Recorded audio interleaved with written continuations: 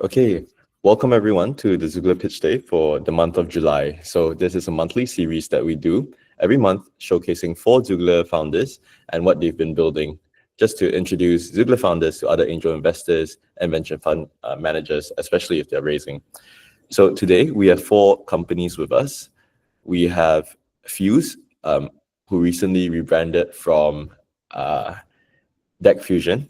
We have Healink, Pinake, as well as DeepVista.ai. So without further ado, that will also be the order of which they would be presenting.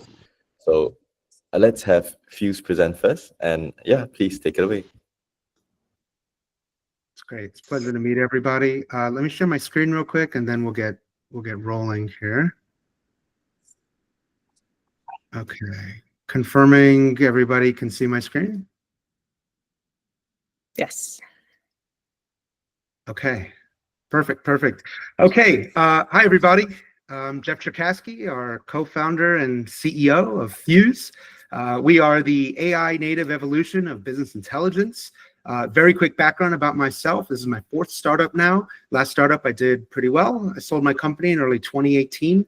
After that, I went agency side, started working at a number of different marketing teams, marketing groups. I ran campaigns for theatrical brands like Amazon Studios, Lionsgate, Sony Pictures, to name a few. I learned the ins and outs about how marketing teams work, and I realized that I needed a data science team or a tech team every single time I needed to use a dashboard. So we built the product to automate the entire experience for marketers, where they don't have to now work and find data science team or data tech teams in order to do their actual work. So we built a product called Fuse to automate that entire experience for performance marketing teams. That said, I can't do any of that without my co-founder and COO, Jill Randall. Jill, if you could do a quick intro of yourself, I think that would be great as well. Yeah, sure. Thank you. So my name is Jill Randall. For those of you who I don't know, which I see a few familiar faces, spent almost 14 years at Google. Started out originally on the online sales team in Mountain View under Sheryl Sandberg. Moved to New York to help start the first agency partnerships team, where I spent almost half my career at Google working with all types of brands and agencies. Went over to Twitter for a couple of years, and then most recently did go agency side with another ex-Xoogler, Julie Warnicki, where I felt the pain points that Jeff mentioned, and that's why we're so excited to share what we've been working on with Fuse. And we're not the only ones that are excited. Here's a quote from former CMO at Slack and Zendesk, just talking about how dashboards were just never enough at Slack. Fuse's AI goes well beyond dashboards and enabling rapid decisions and telling the full data story. What's the real problem today? The problem is that BI tools are failing marketers, and they have been for all the time. They're built for data analysts, not marketers. They require a tech or data team in order to set up and manage ongoing. ETL pipelines, there's Fivetran and a bunch of those other tools, Meltano, et cetera, et cetera. They're unreliable, inaccurate, expensive. And all those AI for BI tools out there, they bolt on LLM agents on top of their product. They're all legacy. They're not AI native. They cannot answer complex questions. Fuse can, and Fuse is data strategy for marketers. Where performance teams can now be data strategists. No ETL or data warehouses inside of our product. It's native connections only to your live data. Instant onboarding, no tech team required, no delays. Use our product within seconds, as soon as you log in and connect your data sources. Our AI agents will then go and deliver real-time contextualized insights that are built around for your company that will represent essentially what your data strategy team could do, that go well beyond what any dashboard can ever deliver. Typically, dashboards can deliver surface level questions and answers. We call those level 1 questions and answers. What does my data say? What's my ad spend? We go beyond that, answering questions that are much more complex, like how does this data affect my business and how do I scale everything ongoing from there on? Brands are currently dumping raw data into LLMs and hoping for insight. Unlike ChatGPT, Claude, Gemini, and your favorite LLM out there, Fuse connects live data, auto maps that data into structured query-ready formatting, and adds context for strategic answers. Let's go through a quick live demo. For the sake of time, I'm going to go incredibly fast. So can everybody see my video screen here? Great. So we're going to go through this. We'll go through a very quick onboarding just because we have to have company context as you go and upload overview decks, logos, fonts, information about your company. Even if you have survey data, you're going to go and do that. I'm just going to fast forward and go right into the data sources. The simple click of a few buttons and you're connecting live directly into your Google Ads account or your GA4 account, your Meta Ads account, and you see here they're fully active. From here, you're going to be able to talk and ask any complex question directly to your data, and we're going to answer all of those questions for you directly through what we call our AI data storyteller or this AI experience. Again, we're going well beyond just answering the level 1 questions. We go all the way to what we call level 7, and we'll get more into that later. Just know that, yeah, so that's a little bit about that. I'm going to stop there. I'm going to go back to the deck just for the sake of time. And I'll answer more questions or go back to the demo or even show the live product if that's what we'd like to do. Let's talk about competitive landscape. BI tools dominate a $40 billion market. Most of those are legacy BI tools like a Mixpanel, who has an 800 million valuation, ThoughtSpot at a 4.2 billion valuation. Then there's like newcomers like Akio that's been around for a few years now. They're a $100 million valuation. They're built for data teams and not marketers. They deliver stale, incomplete data tables, ETL to the warehouse, to static dashboards. Data tech teams are still needed in order to even use their products. And all of their AI analysis, once again, is surface level. They're bolt on to data tables. And then there's the new AI for BI tools out there that claim to be next gen. But if you really start connecting the data sources, like in this product here, you see Matter AI, slick new website. They just announced themselves a couple weeks ago. They're all powered by Fivetran. They're all ETL. They're not connecting like we are natively directly to the data sources. What's our pricing? We're accessible to all. We're lovable.dev is engineering for entrepreneurs. Fuse.is data strategy for marketers. Usage-based pricing starting at $25 per month, fully usage-based. And then we have an enterprise plan that starts at $5,000 a month. Current traction, we have over 2,800 live data sources inside the product currently connected by active users. We have a top 5 global ad agency that has a $25 billion spend under management. We have a $100 million e-com brand that's spending $10,000 in Google Ads a day, that instead of putting all their data into ChatGPT, which is what they were doing before us, they now use us to look at their full understanding of all of their data. We have a great large wait list, and we have a projected revenue dollar amount of 500,000 ARR by the end of this year. We have an incredibly strong pipeline. We are launching publicly a week from yesterday, August 4th. You will see our new website and our new brand launch, Fuse.is. We have an incredible team. There's myself, Jill, Tom Counselor is our CTO. He was the former head of engineering of Bumble, the dating app. We have incredible investors and advisors, including 6 Xooglers now on the cap table, and they were part of Alchemist Accelerator as well. We have their demo day in September. Funding-wise, we have a total raise of a $1.2 million round on a safe. Remaining in the round is $575,000. Use of funds, we need to strengthen our engineer team, focus on execution, product, and growth. And then again, our public launch is a week from yesterday. And then this will get to our runway to about 12 to 15 months. Thank you very much. How'd I do on time, everybody? Yep, thanks, Jeff. That was great. That was really quick. We'll now open the floor to any questions that anyone might have. If anyone has any questions, they can just raise their hands, and we'll delegate the question to you. Yes, Namanja. Can you hear me? No? Yes. Yeah. Okay, good. Sorry, just I saw in the company where I am, because I've been trying to get everyone to use something better like this, right? And I actually been tasked to make detail, which is a pain. When you guys say you're much better in detail based ones, you mean is that because they're kind of once a day or other things? Like where does the advantage compare to, let's say, is it the cost saving that you don't need a data team, or is it actually something new in terms of? It's new because it only looks at live data. Most AI tool or AI for BI tools or BI tools, they use ETLs and they'll take as much data as they possibly can and then map that into tables. that are then on servers, and that's the AI that the AI talks to. With us, it looks at your full story every single time. It looks at all of your live data, and it then takes all of it, even if there's thousands and thousands of rows, it takes all of that, summarizes it accordingly, so that the context windows don't blow up at the AI, and then it answers that live through our product. And so just a follow-up question. In that case, I would imagine it's quite addictive for a marketer to have access to this. What have you seen as a usage pattern? You have that 0, then 100 credits included, and then more. What have you seen as usage pattern in kind of week 2, week 4? Like, does it like stratosphere? We've been stealth. We have not launched publicly yet with the pricing points. We've been stealth and having users inside the product. What we are finding is that people are using the product daily, and that's great. We have a number of users in our Slack channel as well, as we're building out our community at the same time. But we have not introduced the $25 a month. This is the first time we've ever talked about it, other than with some other investors that we're talking to. Thank you. Of course.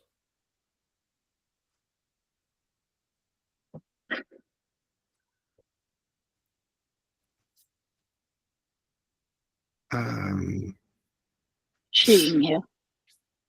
Hi, Benny. Hi, Xing. We'll take that question, but let's take the question in the chat first, because I think Kartikeyan sent it first.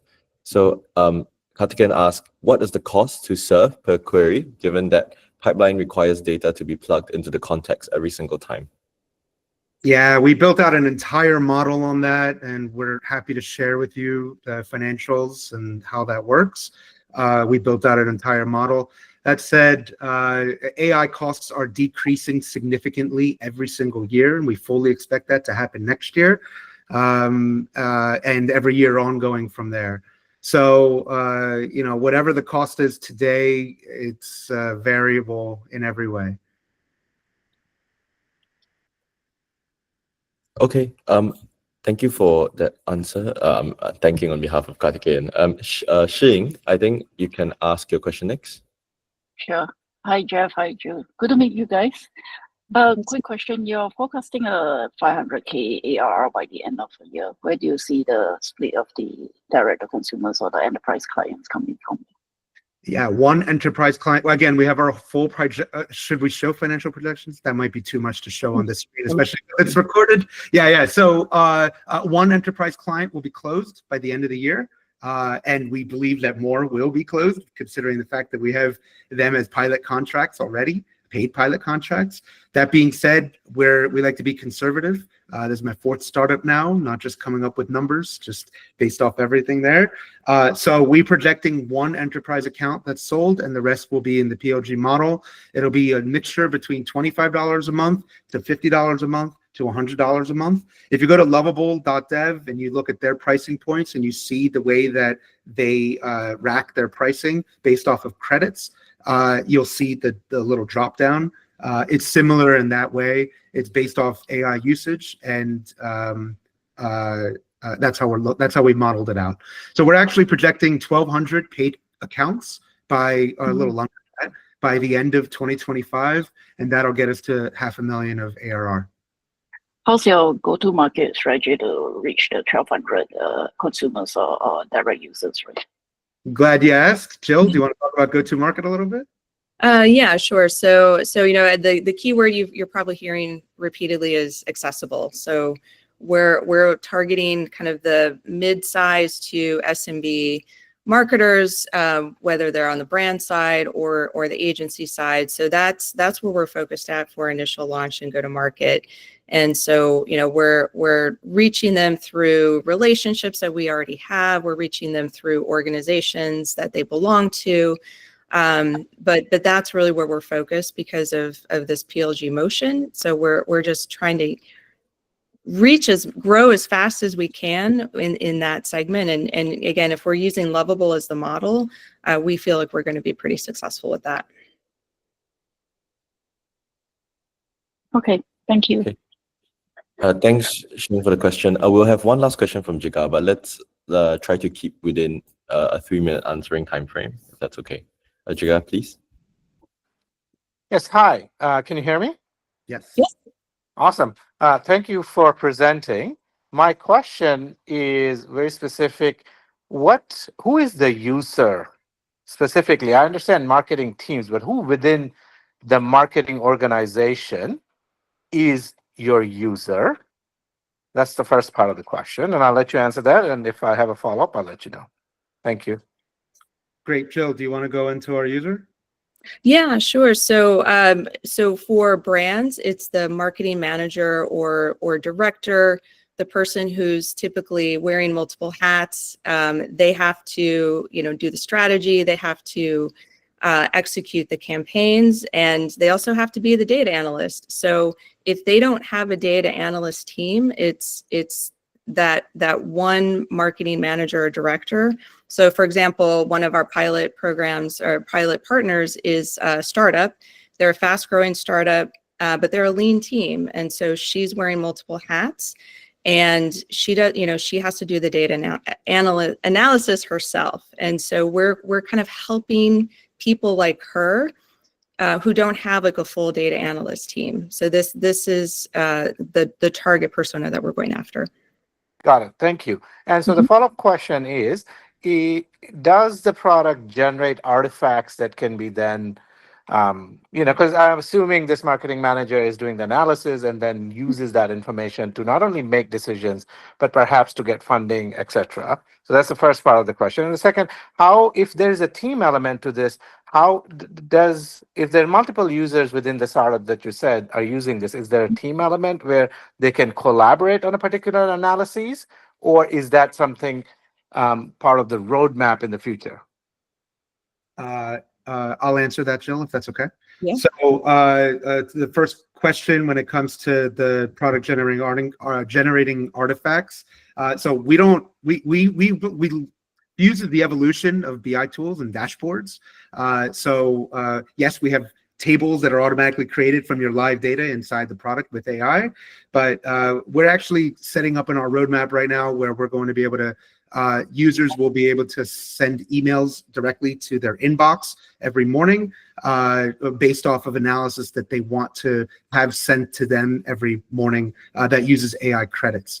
So that is one of the features that a couple of our users have been asking for, so we're going to have that. When it comes to the team element and the collaboration, that is active. That is great. The way that we have things set up is we want as many team members and users as possible. We want as many data sources connected as possible as well, where other BI tools go this way and they charge based off users and they charge based off of data sources connected. We charge based off usage. So we want you to integrate your entire business, including all of your users. You have 10, 100 users inside of one account, one organization. That's lovely to us because chances are if all those team members are using the product, your usage is going to skyrocket, your monthly rate is going to skyrocket as well. So I shouldn't say that since this is being recorded. It's not going to skyrocket. It's going to be very affordable for everybody. So, but obviously it increases based off usage. When it comes to the team element at the same time, just one last quick note, if that's okay. We set everything up where inside of our product, there's different workspaces. Skyrocket in value, thank you.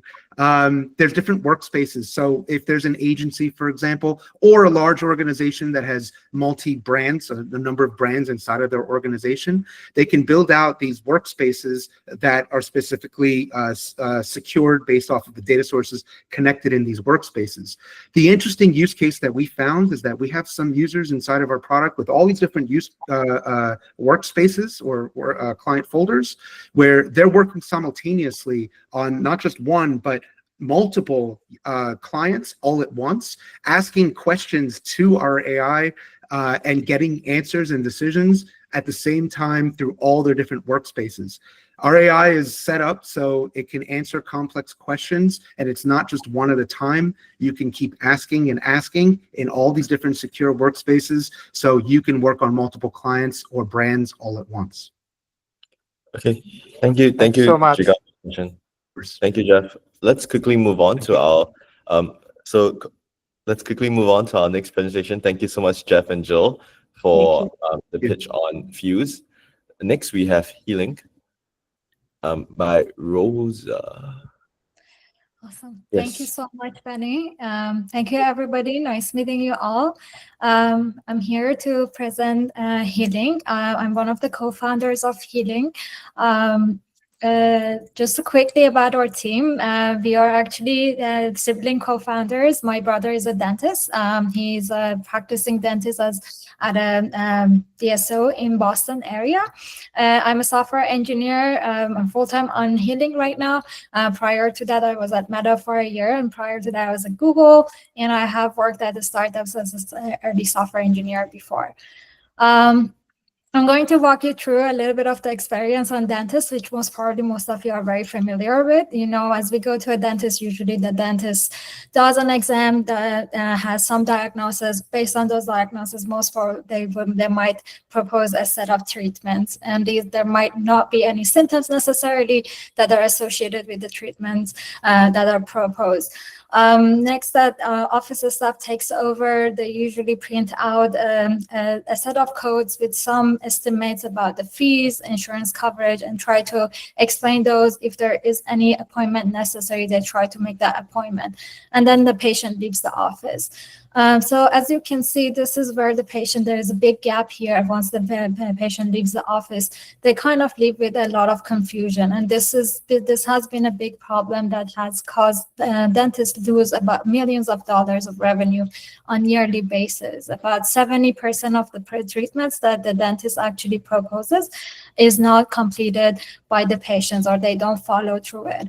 And the dental practices have to ask the staff that are very costly to do these follow-ups and try to see if they can actually do all the coordination so that the patient comes and gets their treatments done. So what Healink does is a AI-powered platform for the patients to be able to access all of this information, be able to ask these questions, and get all the information necessary to be able to follow through with their treatment process. We basically provide this assistant 24/7 to the patients. We automate the process of follow-throughs and any other information and communication that is needed with the patient. And in return, we obviously increase the revenue for the dentist and the dental office and reduce their costs that they are incurring with their staff being involved. So far, we have launched in 5 practices that are paying customers. We have 25 LOIs signed that we are in the process of onboarding, and our goal is to get to 100 offices by the end of the year. Our offices, what they have seen is about 70% treatment acceptance. This is double what the standard is in the industry, about 30 to 35%. They have generated $10,000 additional revenue, and we also see our patients are actually about 60% active on our platform and taking advantage of it. What our competitive market is very quickly, today, obviously, there are human care coordinators that handle this job. The median salary is about $75,000-$79,000 in the US. They are only available during office hours, and because of the staff shortage and high turnover, this is a very inconsistent and unscalable solution. There are software solutions, but a lot of these software solutions are marketing focused. They are not personalized. They are not context aware, and they're very fragmented. And when we consider the dental software landscape, Healink kind of sits in this middle between across the communication between clinician, between the staff and admin and the patient. And this is where we actually have our advantage. We are very patient focused. We really want to deliver value to our patient and empower them to be able to make the decisions they need to follow through their care. We are AI first, so we are not building an AI assistant on top of a legacy product. We are really building with using AI's power to be able to deliver the value. And we are very focused on generating value for our practices by having their patients accepting more treatments. A little bit about our business model. We are a SaaS business charging monthly subscription from practices based on their volume of the patients. We are also considering to take a fraction of the revenue generated by the treatments that are accepted by the patients through Healink. The dental market is about 150,000 offices across US and Canada. So with our calculation with capturing about 10% of the market, we will be able to get to $100 million ARR. A little bit about the go-to-market strategy. We are starting with the small practices, either single or small multi-office practices. These are mostly reached through Armin's connection, both personal and professional connection, community outreaches. This has given us a lot of advantage being able to actually onboard quickly, get feedback, and iterate on our product. But our ideal customers are dental service organizations. These are private equity-backed firms that own group practices, between 10 to thousands of practices across the US. Obviously, these would give us a better long-term value, and they are actually projected to be about 40% of the market, dental market, by 2026. Our plan moving forward is this year we are very focused on scaling our AI capabilities, getting more information in front of our patients and giving them access for that. Next year is really focusing on launching on DSOs with 50+ offices across the US and partnering with payers for the value-based care. Our long-term goal is really becoming this operating system for the dental offices that is AI first. Obviously, removing the fragmented section that is on legacy currently in this industry, and scaling internationally. And we believe that we do have the advantage of obviously knowing dental very firsthand, but we believe that we can get this learning and expand it into other verticals into other healthcare verticals in the future as well. As far as the ask, we are raising $500K to accelerate our growth and scale our product and get to $1.5 million ARR. If you have any questions, I would love to. We are here. We'd love to actually answer. I know Armin is also in the call. That's it. Thank you so much. I'm very excited about Healink.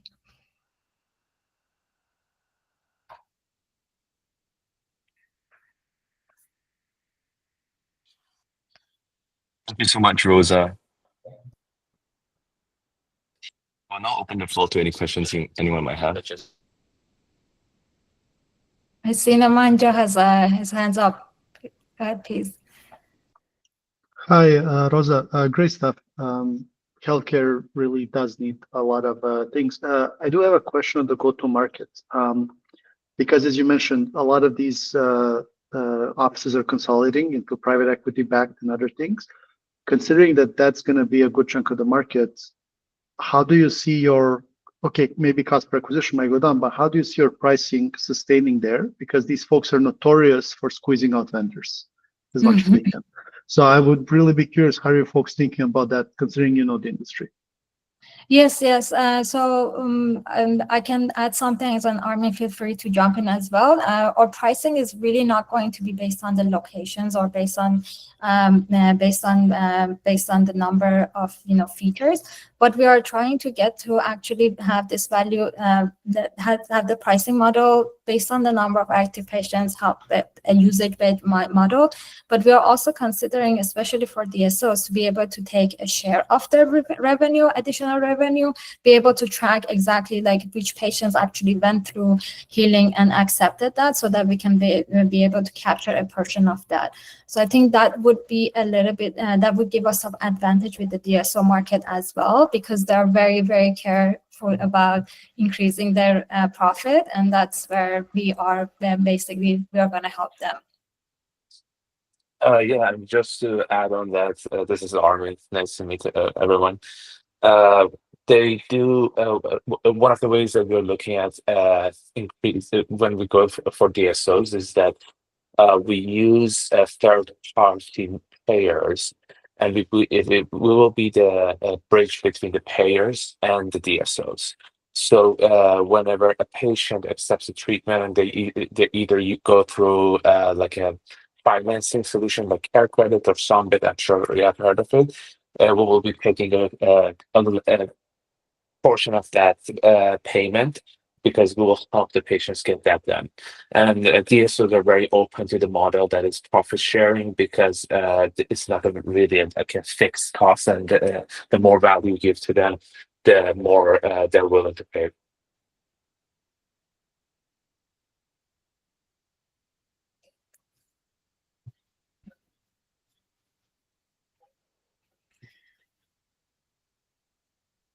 I see a question on the chat. Do you handle billing? We are not currently handling billing yet. There are solutions for billing that we are considering either integrating or providing or first-hand solution. But one thing we are definitely considering is to add financing options and getting actually another potential possible revenue generation through referrals to the financing options like Care Credit. And as far as the compliance, obviously HIPAA is the biggest one in this space, but because we are not doing any sort of diagnostics and that all the diagnostic is done by the dentist, at the moment we don't have any additional compliance or any additional requirement by FDA or any organization that we need to go after.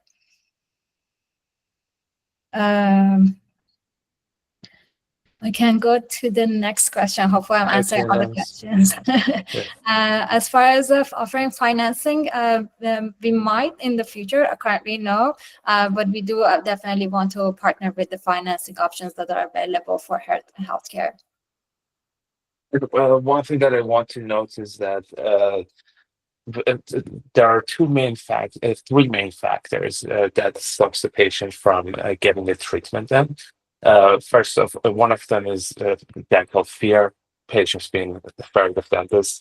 But the major factor here is actually the patient education, patient understanding of it, and that's why we have started with proving the idea that let's give the patients this information in a way that they can understand, and let's see if we can increase the chances of them accepting the treatment. Our next stage will be helping them with understanding the financing options, helping them understand the copay amount, helping them get all the help they need to financially be able to get through that. And that's a very good point that you're bringing about finances. There's one more question about Paul, from Paul, about what are the considerations for your potential revenue share model? Is that in addition to a monthly sub? Curious to know how that would impact LTV, CAC over time.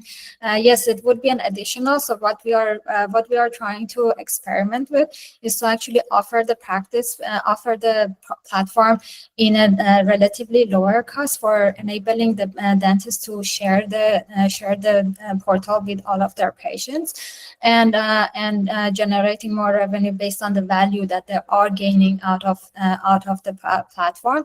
As this would actually increase our long-term value, because a lot of time patients might not necessarily need a treatment immediately, versus like a patient that is actually happy and satisfied and with their service and has the trust might come back and get that done in the future. So we basically onboard them already on Healink, have that available, and once they need any treatments, that would be already an added value for us and the dentist as well. Hi. Sorry, due to time constraints, let's just, out of the three questions, is it okay if you pick two, Rosa?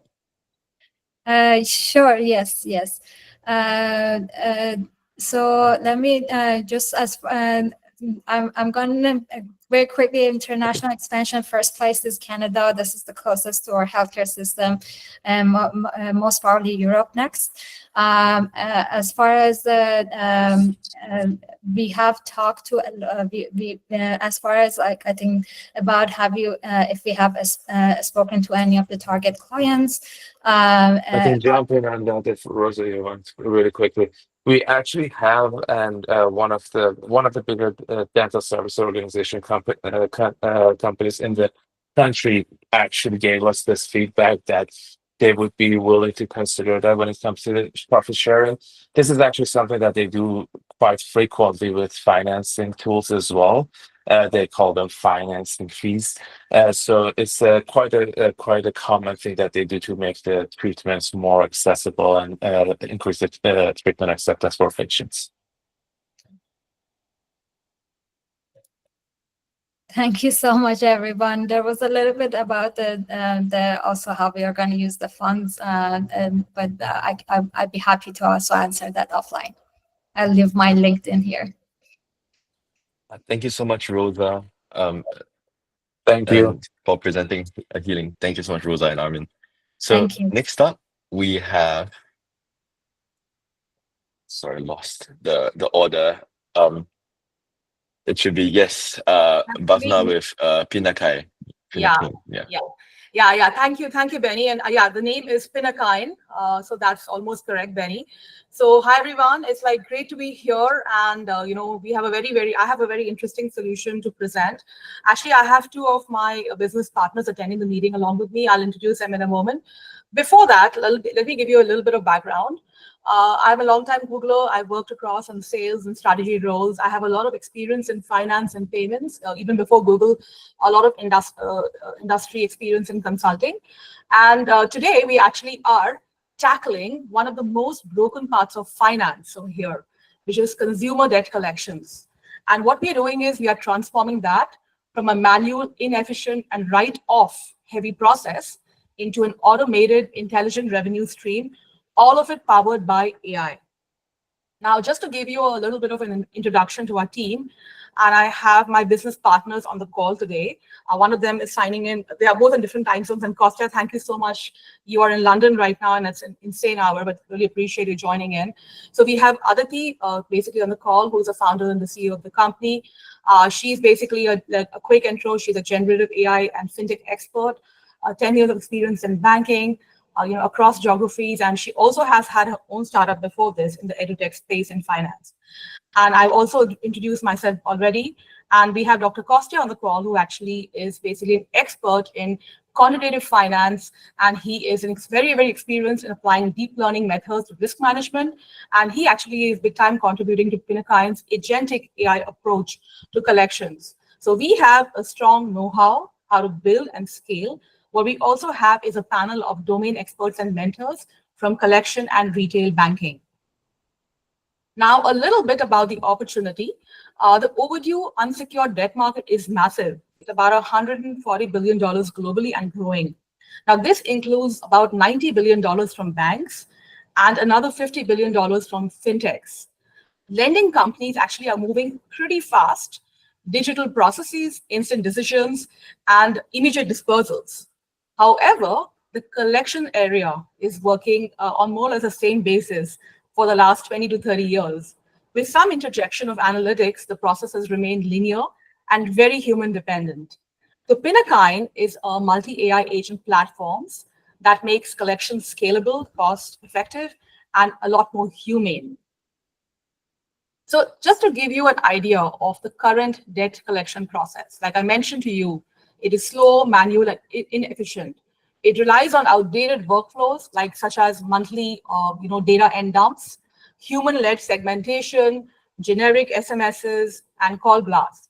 And as a result, this leads to very high recovery costs, often up to 50% of collections. And also, not just that, it leads to delayed actions that miss the early window for resolution. And in addition to that, customers are often left feeling harassed, eroding trust, and damaging brand relationships. So how do we solve this? Pinakain's agentic AI replaces a fragmented human workflow with specialized AI agents that handle segmentation, strategy, negotiations, and communication, learning and improving continuously.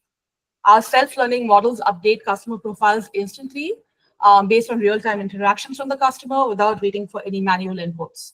They dynamically optimize channels and messaging to focus on what drives results.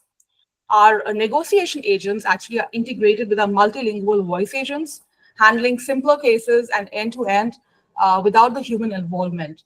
And our voice agents actually speak multiple languages. However, all of this is being done, our model includes a human in the loop to safeguard and ensure that you're alerted quickly if any message or campaign needs adjusting. Now, the best way to actually, understand this is if I show you a demo of how this actually works real time. So I'm actually going to play a video, and then hopefully you all can get a better idea how this is actually coming to life. Let me just do that right away. I'm Aditi. I'm the founder and CEO of Pinakine. Pinakine automates debt collection using AI agents, helping lenders collect quickly and affordably while providing an empathetic as well as personalized resolutions to borrowers. So let's take a quick look into how it works. So for starters, let's log in.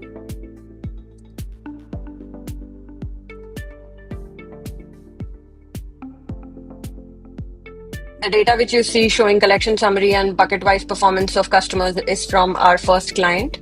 I'll straight head to agent dashboard for demo purpose. I will upload a CSV file with a few test clients in order to show you how our agents work exactly.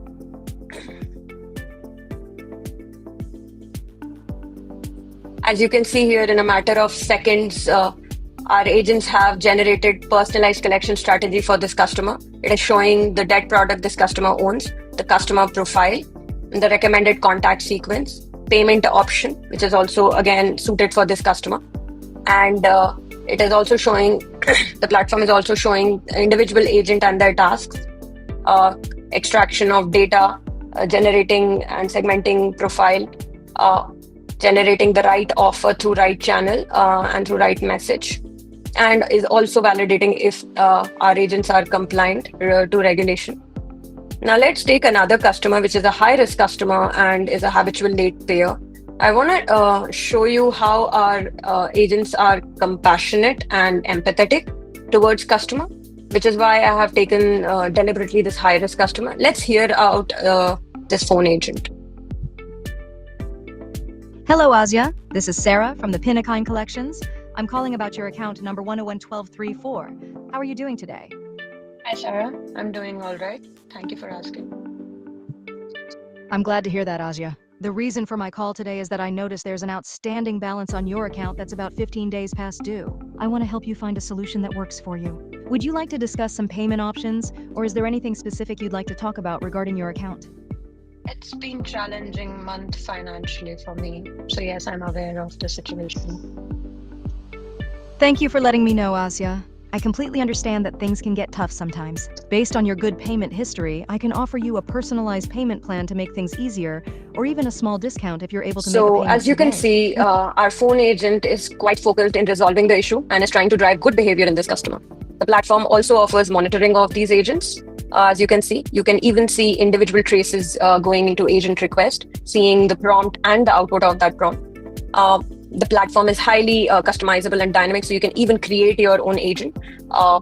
For example, if I want to create an agent, say for a particular customer, Sofia Garcia, and I want to use GPT-4, you can even use open source model or any model basically.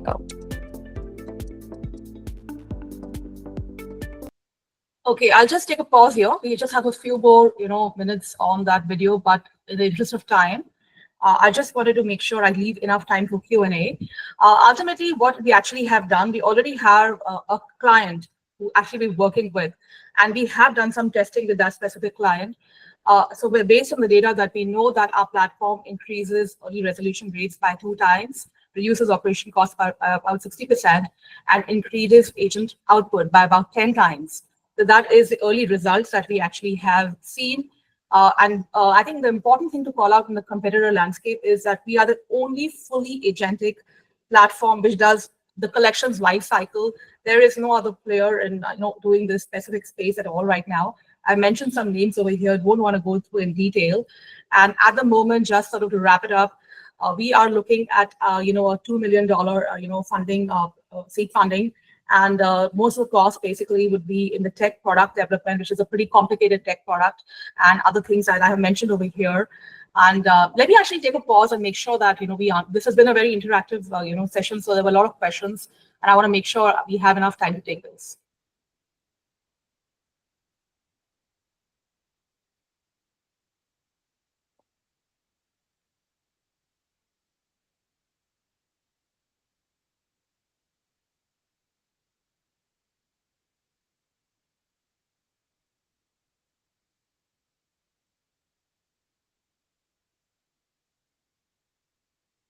Yeah, please go ahead, Theereth. Hey there. It's an interesting concept. I was wondering if you had any thoughts around the compliance or ethics aspects of what I would like to call artificial empathy. Yeah, that's a very good question, and I'd let Aditi basically, take a stab at answering that. Hey, hi guys, I'm Aditi, and yes, Tirath, we have actually taken that into account. So when it comes to empathy, generally in a particular region, the regulator themselves have strict rules and regulations. So we didn't have to do much there simply because we just have had to take those regulations and put it in our compliance agent. So for example, in Singapore, if we take that as an example, Monetary Authority of Singapore have a strict regulation that no customer can be reached after 8 p.m. Sorry, not 8 p.m., 7 p.m. And other than that, collection agents cannot talk to the customers in rude language or cannot call them from their own contact number. So these are few regulations just as an MAS gives. Similarly to MAS, there's RBI, there's in UK you have UK PRA. So it was already there in the compliance piece in the region. So that's what we have used here. Thank you, Aditi. And I think I'll answer some quick questions on the chat, and then Aditi, I'll give you one of them. Okay, in terms of geographies and companies that we are actually getting, that's an important question to answer. In terms of geographies, we are first starting with 2 markets. We actually are starting with Southeast Asia. We are getting some traction with some of the Southeast Asian markets like the Philippines. We also have launched in Dubai and UAE. And actually, our first client is from that region who we already onboarded, and we're building a solution for them. In terms of the types of companies, that's a very important question. The way we actually our go-to-market strategy around this is to first start with the fintech companies. Buy now, pay later is a very, very big, vertical, and fintech, which is a very good vertical to test and to basically use our solution. We also will go to traditional banks, which are going to be in phase 2. And the simple reason being, we actually need to work with companies where there's data which is clean, which is ready, and they are agile to move. Banks are traditionally quite slow. So we already have a bunch of clients in pipeline in both Southeast Asia and the UAE market. Our expansion will involve countries like Saudi quite quickly. However, having said that, we've got a lot of interest from some US-based VCs, and we are looking to, while we were thinking of exploring that market actually in phase 3, I'm looking to actually see how we can actually expedite that. And yeah, I think there were some other technical questions. I think, Aditi, maybe you can take this one about, since you're using an agentic tool, it might be easy for people to build open source agents and avoid interacting with your calls. Is that something you're worried about? Well, yes, that's one of our concerns. But in the current ecosystem, customers are vetted regularly. When I say regularly, on a monthly basis, that these are the customers and not the tools, because that's a real worry in the market right now. So we are worried about it, but at the moment, because we have to focus on building this solution, we have paused it, and we might take it in next phase. Yeah, and then I think there was a question about, is it a disclosure that the person is talking to an AI agent? And if so, what's the level of seriousness of that person? Yeah. Yes, because the regulators are also including the AI piece in the financial sector, and that's something which have come from them, that you have to have a full disclosure. So you don't have a choice. We definitely do disclose that we are calling, and I mean, the agent does disclose that I'm an AI agent from Pinakine. Until now, as per the testing is going on, we have seen that the response have been good. I wouldn't say that people are not serious, since there is an element of money involved here.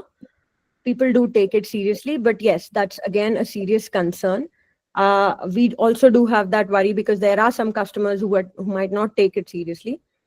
But so far, I would say it's not the case. And that's simply because, simply because what we saw is that our collections agent are giving, be it phone, WhatsApp, or email, are very, very empathetic. The tone is empathetic. They are always giving resolutions rather than screaming on the customers or being rude to them. So customers like engaging with the agents is what we have seen so far.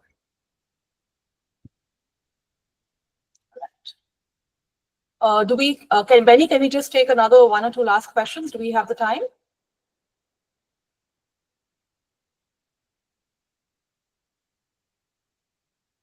Okay, I'm assuming that's yes. So basically, we have another 2 questions. So one of them is on the pricing, right? So on the pricing, I'll just jump in really quickly. This is going to be a usage-based pricing.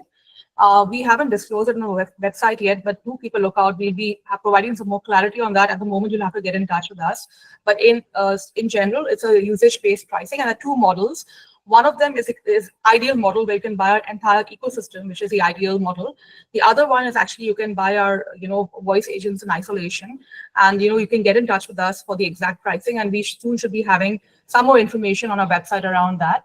And I think there was also another question, Aditi, this is an interesting question about what is a forecast for contact rates with debt owners. Imagine they avoid calls at all costs, and the moment they get an AI agent, easier for them to hang up. That's a pretty interesting question.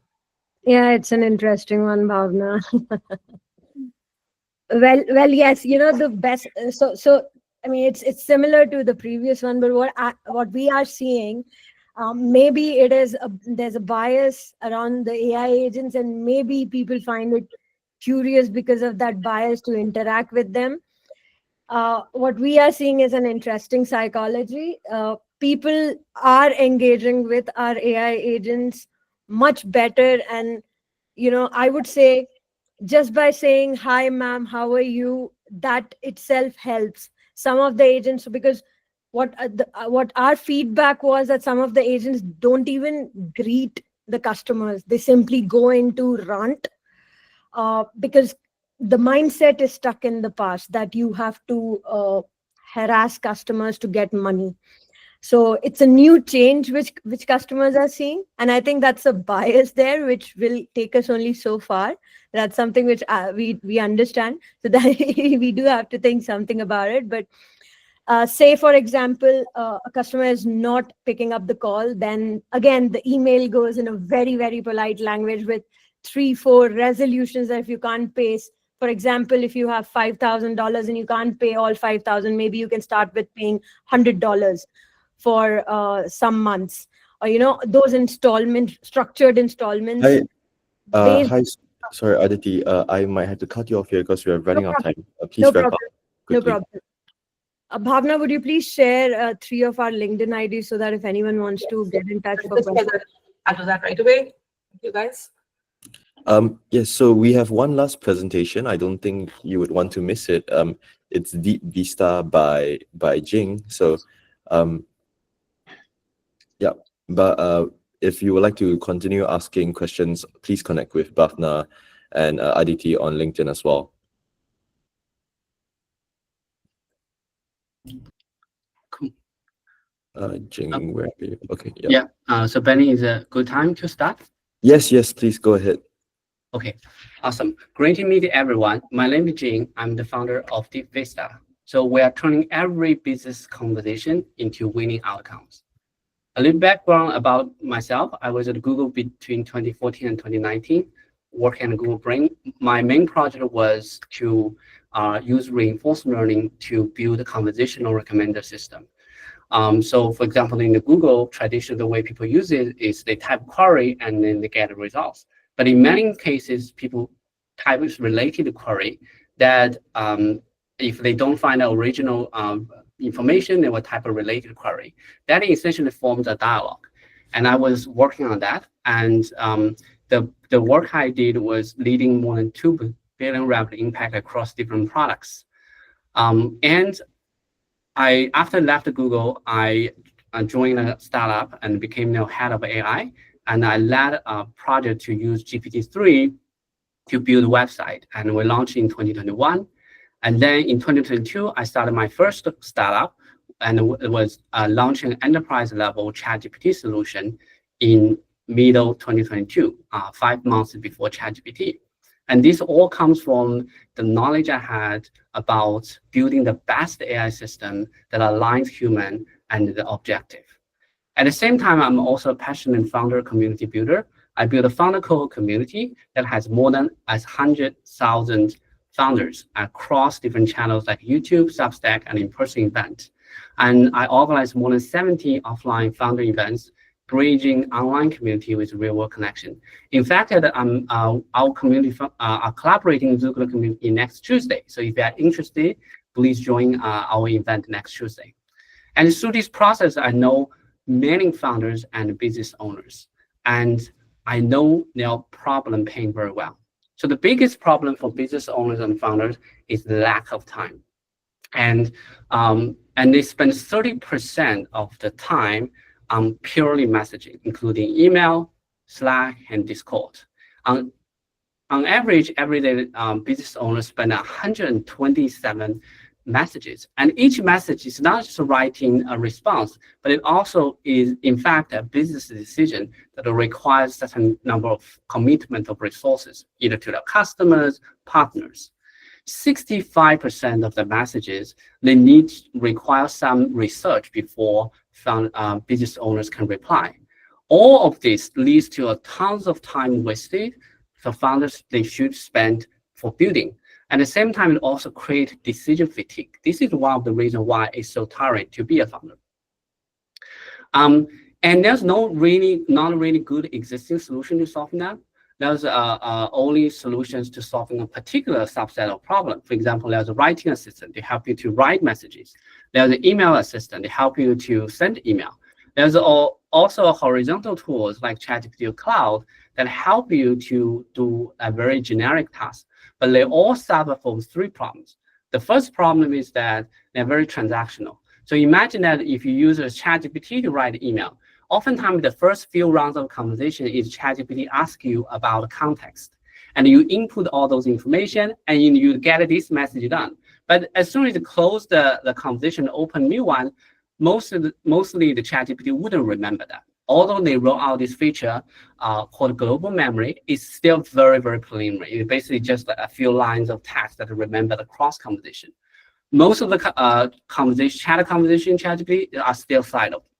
The second, most of the responses are very generic because they don't know your personal taste and personal context.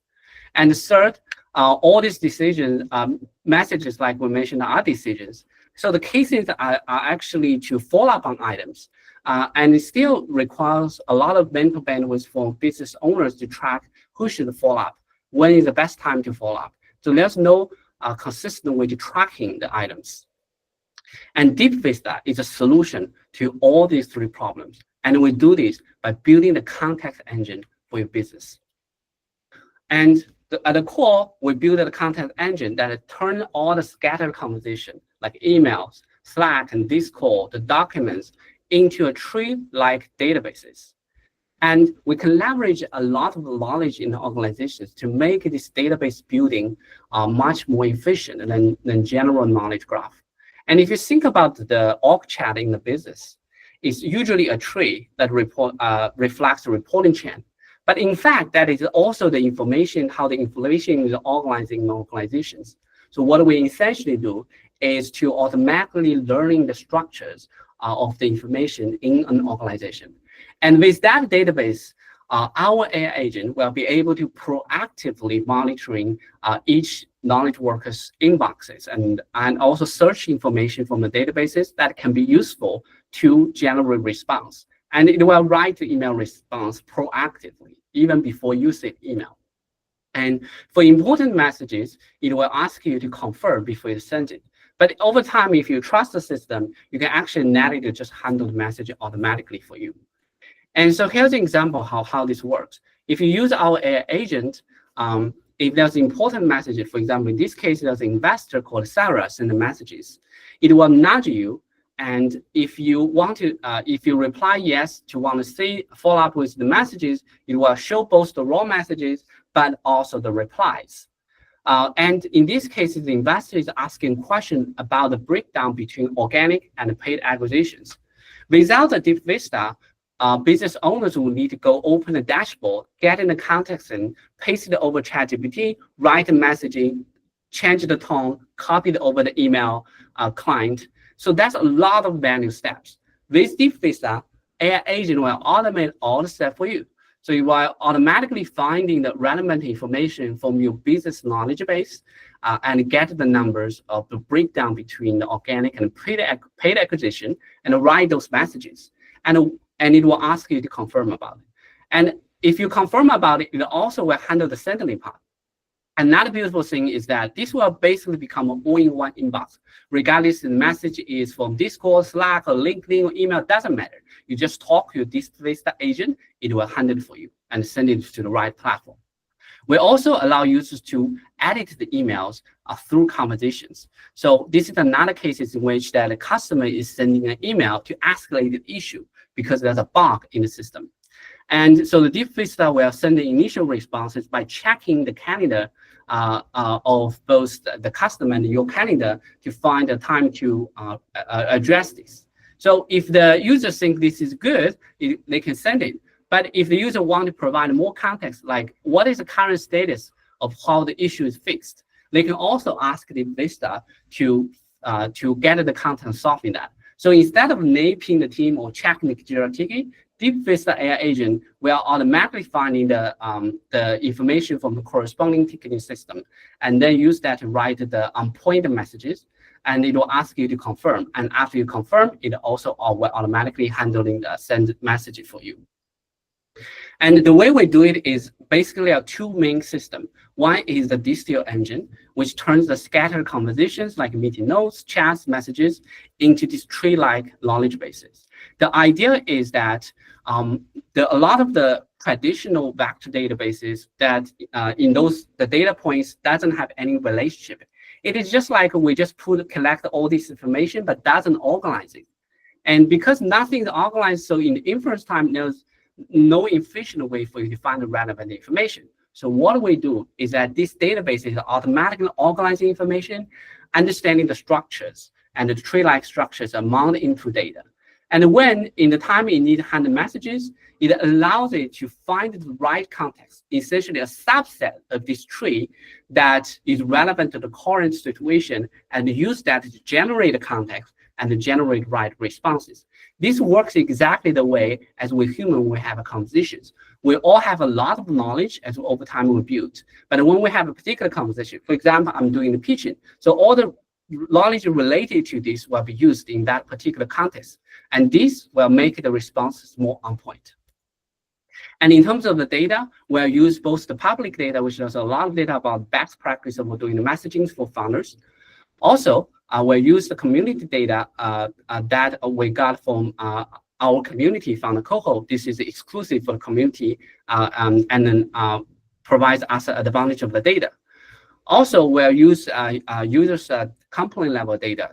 So at the end, we'll build an AI agent that both knows the universal best practices, but also your personal context. And at the end, it will behave like your personal AI chief of staff. And this market opportunity is huge. The first is the willingness to pay is huge. A lot of business owners, founders are already hiring executive assistants to solve this problem. And if you hire that in the US, it's easily more than 100,000. Even if you hire offshore, it's oftentimes more than 40K.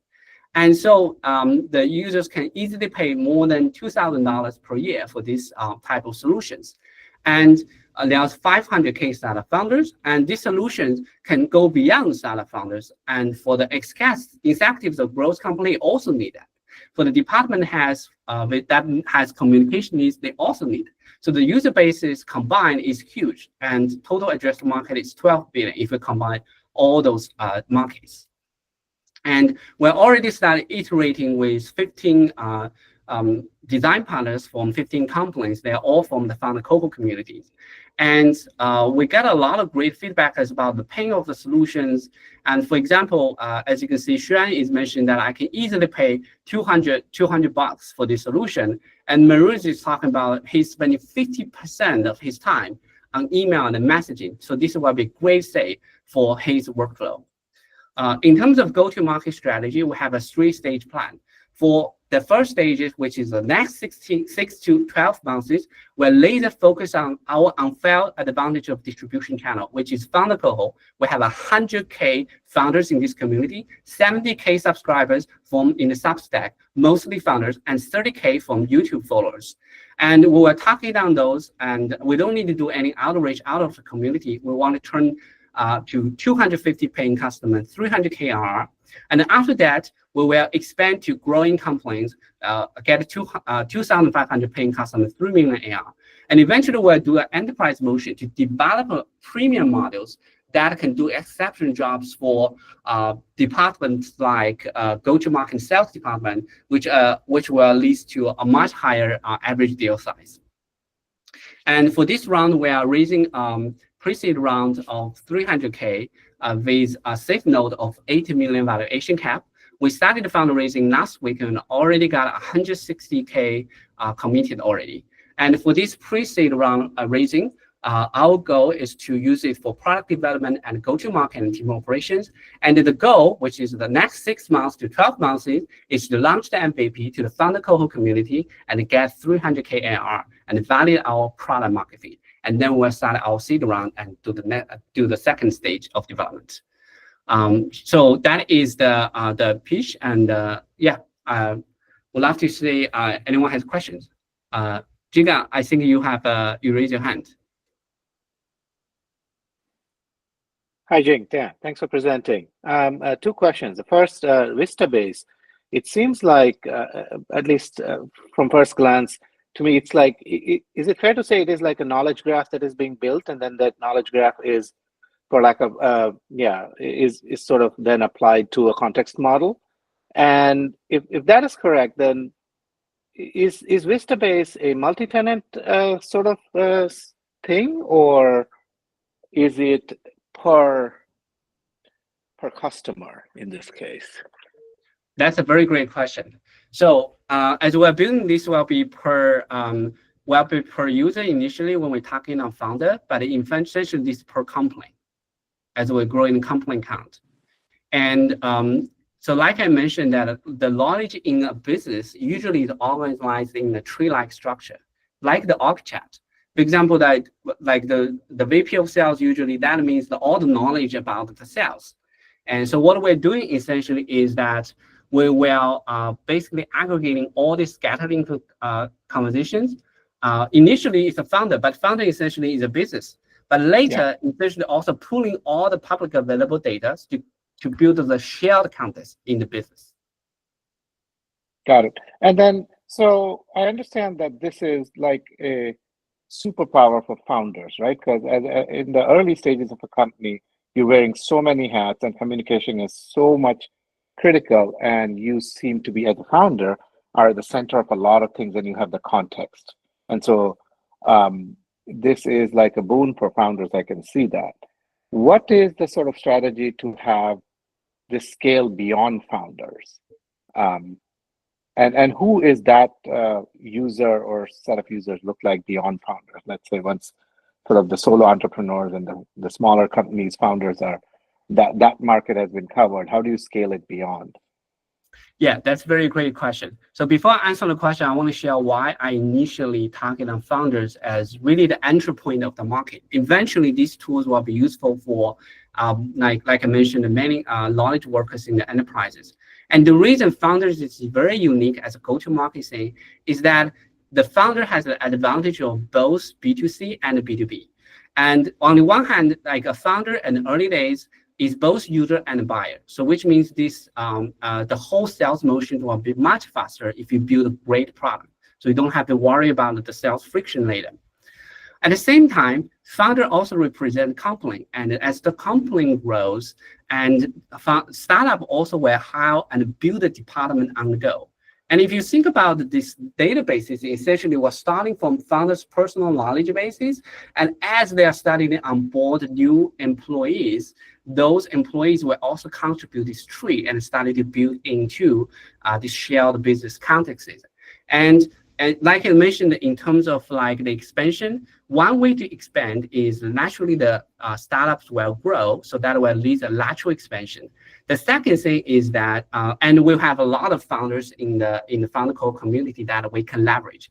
The second thing is that we can also start to talk it more on the bigger company, because these are communications. The communication channels naturally will means connection both inside the company but also outside company that will lead to other people from other companies start using. Yeah, so Isha. Yeah, thanks for the great presentation. Seems like a really exciting opportunity. Wanted to ask a little bit about like for the pre-seed round, since you're raising 300K, what you're like planning to like spend that on, and like how long do you expect to take to get to the like 300K ARR milestone that you set for yourself? Yeah, like I mentioned, the target of 300K ARR is the next 6 to 12 months, which we will get it through launching the MVP and iterating through the founder cohort community. So that is the goal for this. Let me just show you the plan on this. So that is for these first stages.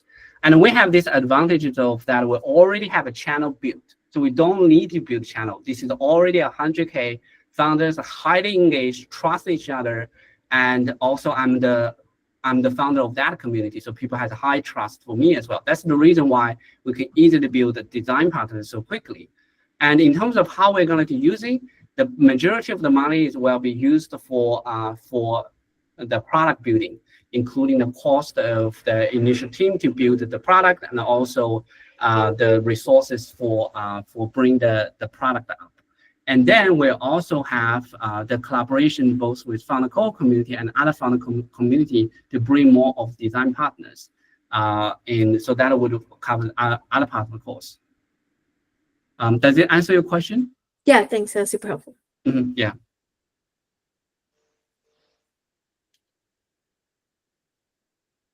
Cool.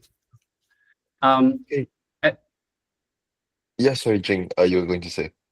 Oh, I just a very quick thing. I just want to show that because you might have a quite big question about how the product look like. I just want to show, in the interest of time, just show one thing about how this potential look like.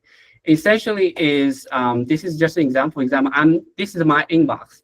I'm hiring right now for a developer, and then this is a message. And someone sent me the message like, Jing, thanks for reaching out. I'm contacting for scheduling an interview.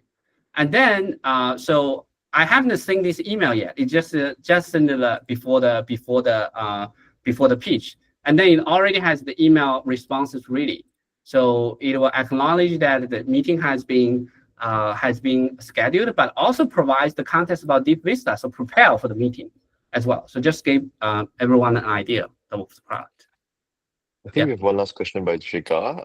He asked, what does onboarding look like today, and how does that change in the future? And I think this will be our last question for today. You mean the customer onboarding? I believe that's what he meant, yes. Yeah. Correct. Great question. Yeah, so because we have these unique channels of founder cohort community, so I have access of many founder friends and people in the community. So the onboarding process is basically a community event. So every event I go, and in fact, I just wrapped this event before I joined the pitch. And I will talk to many founders and pitch to them, and they will be interesting, and I will jump in the call to them to help them set up.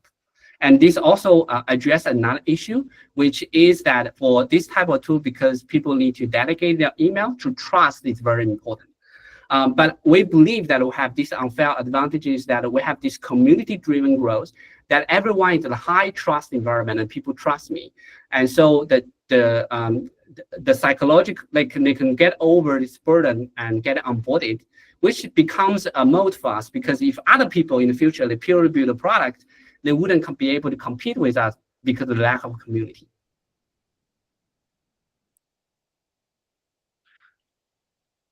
Yeah. So. Yep. Or technical side. Yeah. Maybe let me just add a little bit on that onboarding. It's basically sign on with your email. It's as simple as you just come here, log in, sign in with email. It will take it over for you. Got it. Thank you. That was the answer I was looking for. Thank you. Okay. Yeah. Okay, Jing, please do send your LinkedIn or where people can reach out to you in the chat as well. And with that, we'll conclude today's pitch day. Thank you so much, everyone, for joining us for the July edition. Before everyone leaves, we actually have an event coming next week on the 6th of August SGT and the 5th of August Eastern Time and Pacific Time, discussing the secondaries market of venture capital. So if you're an angel investor and would like to learn a little bit about how to participate in the secondary VC market, please do look out for that on the Xoogler calendar as well and sign up for it. But without further ado, that is the end of the event, and we'll conclude here. Thank you so much for joining us for today's event, and hope to see you in the next month's edition. Thank you, everyone. Thank you, Jing. Thank you very much. Thank you, everyone. Appreciate everyone's time.